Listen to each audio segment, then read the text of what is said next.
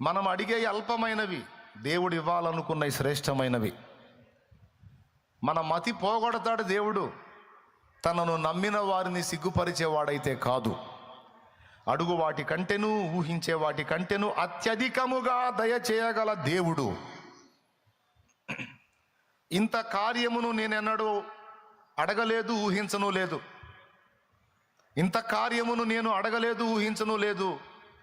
నా బ్రతుకాలం కష్టపడి ఒక 50 ఆత్మల్ని సిలువ చెంతకు చేరిస్తే చాలనుకున్నాను.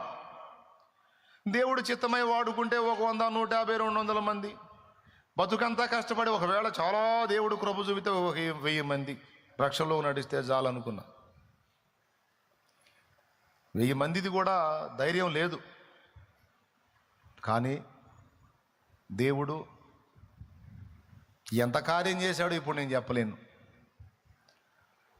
అర్థమైందా?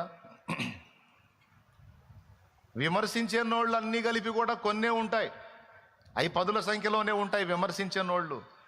కానీ ఎంతో ప్రేమించి నా కోసం ప్రార్థించి నన్ను వెంబడించేటువంటి హృదయాలు లక్షల కొలది ఉండేటట్టు చేశాడు, కోట్ల కొలది ఉండేటట్టు చేశాడు దేవుడు.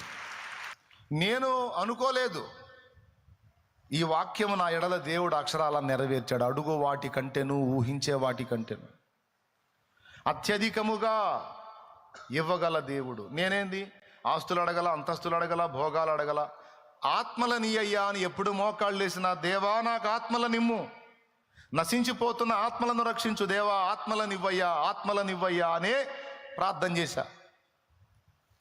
ఆ ప్రార్థన నా దేవునికి ఇంపైనదిగా అనిపించింది. దేవుడు ఆ కార్యం చేశాడు, విస్తారమైన ఆత్మల రక్షణ కార్యం జరిగించాడు. నా ఎడలైతే ఆ కార్యం నేను అనుభవిస్తున్నా. నీకు కూడా చెప్తున్నా, నువ్వు అడిగిన వాటికంటే, ఊహించే వాటికంటే అత్యధికముగా నీకు దాచిపెట్టి ఇయ్యగలడు ఆయన. నువ్వేమి కంగారు పడొద్దు, కృంగిపోవద్దు, ఏదేదో ఆలోచనలు చేయొద్దు. ప్రస్తుతం నీవు అనుభవిస్తున్న ప్రస్తుత పరిస్థితులను చూడొద్దు.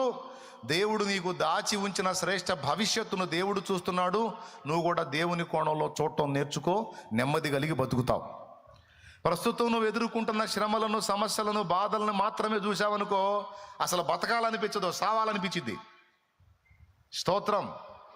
ఏమనిపించింది? అసలు బతకాలనిపించదు, చచ్చిపోతే పోయింది. దేవుడా నా అంతటా నేను చేస్తే నరకానికి పోతాను, నా ప్రాణం నువ్వే తీసుకొని ప్రార్థనలు కూడా చేస్తుంటావు. నువ్వు ప్రస్తుత పరిస్థితులను నీవు లక్ష్య పెట్టొద్దు. దేవుడు నీకు సిద్ధపరిచిన భవిష్యత్తు శుభప్రదమైందని విశ్వసించు. శ్రేష్టంగా నా తండ్రి నిన్ను ఆశీర్వదించి నీ తలనెత్తుతాడు. నువ్వు అడిగింది కొంచెం ఆనాడు నీకు అర్థమైంది. అయ్యయ్యో నేను అప్పుడు అడిగానండి, నేను మంచి వ్యాపారం దొరికింది, దాన్ని ఆశీర్వదించు ప్రభువా అని అడిగా. సేవలోకి రాకముందు నిజంగా దేవుడు ఆమెను అన్నట్టయితే ఇప్పటికీ అక్కడే కూర్చునేవాడిని, దుమ్ములో ధూళ్ళలో.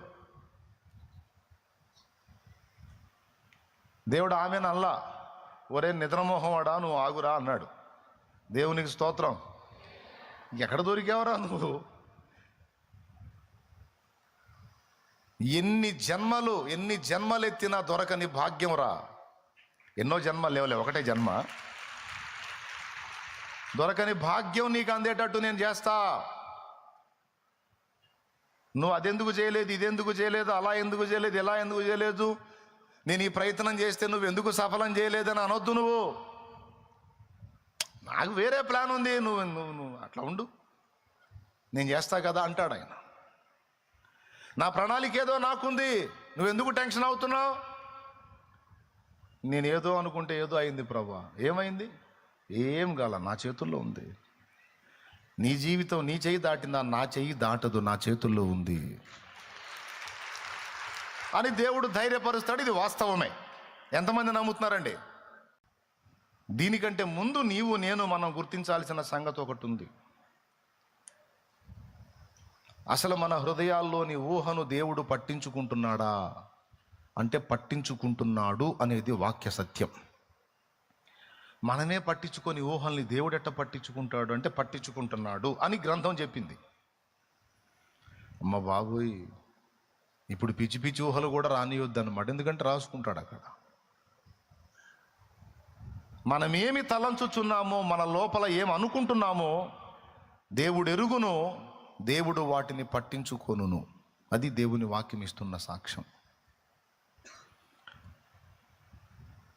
ఇది మనందరి హృదయాల్లో ఉంచుకోవలసినటువంటి విషయం. నువ్వు చెడ్డ ఊహలు ఊహించావా, అయ్యి తీసుకుంటున్నాడు.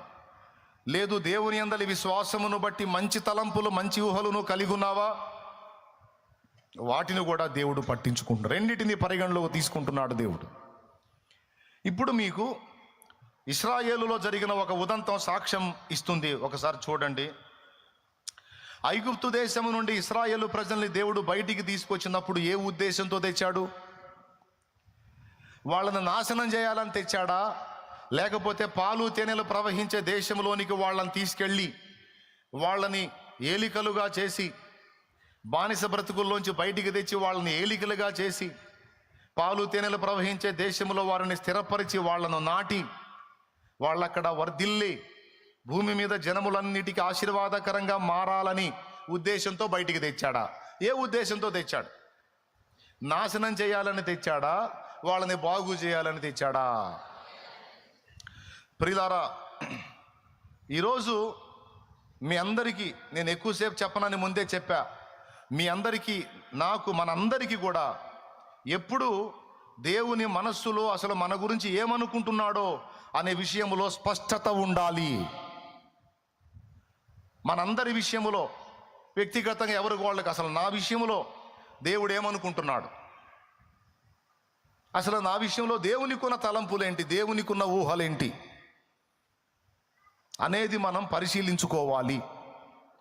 ఊహలు మనకే కాదు, తలంపులు మనకే కాదు, మనకు ఊహలు ఉన్నట్టు దేవునికి కూడా మన విషయంలో ఊహలు ఉన్నాయి, తలంపులు ఉన్నాయి, కొన్ని ఆలోచనలు ఉన్నాయి, కొన్ని ప్రణాళికలు ఉన్నాయి.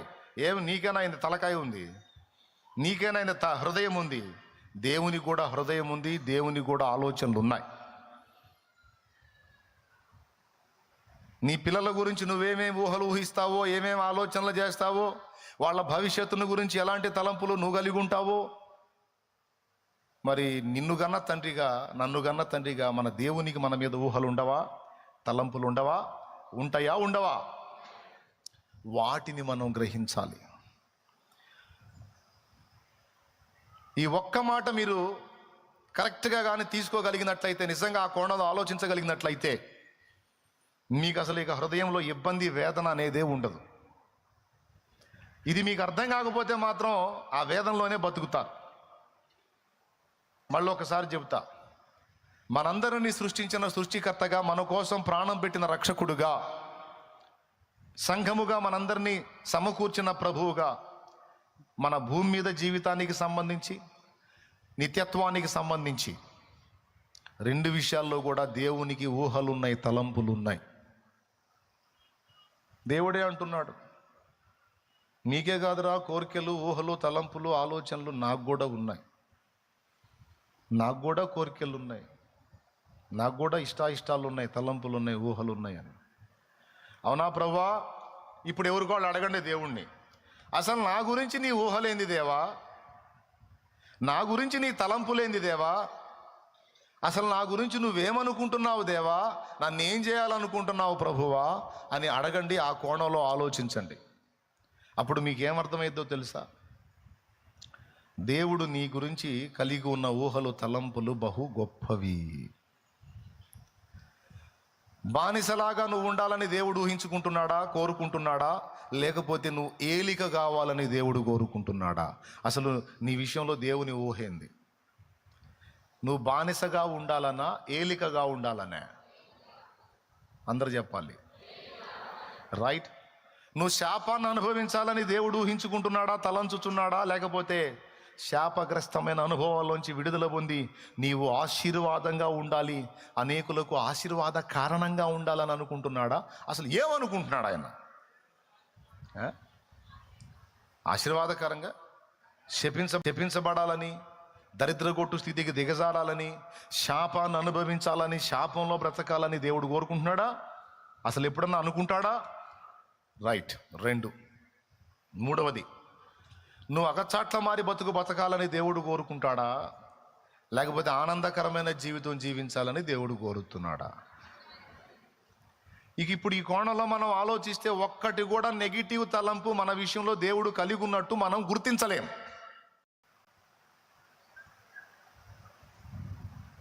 మన ఎడల ఆయనకున్న తలంపులన్నీ కూడా గొప్పవి, విస్తారమైనవి, దీవెనకరమైనవి.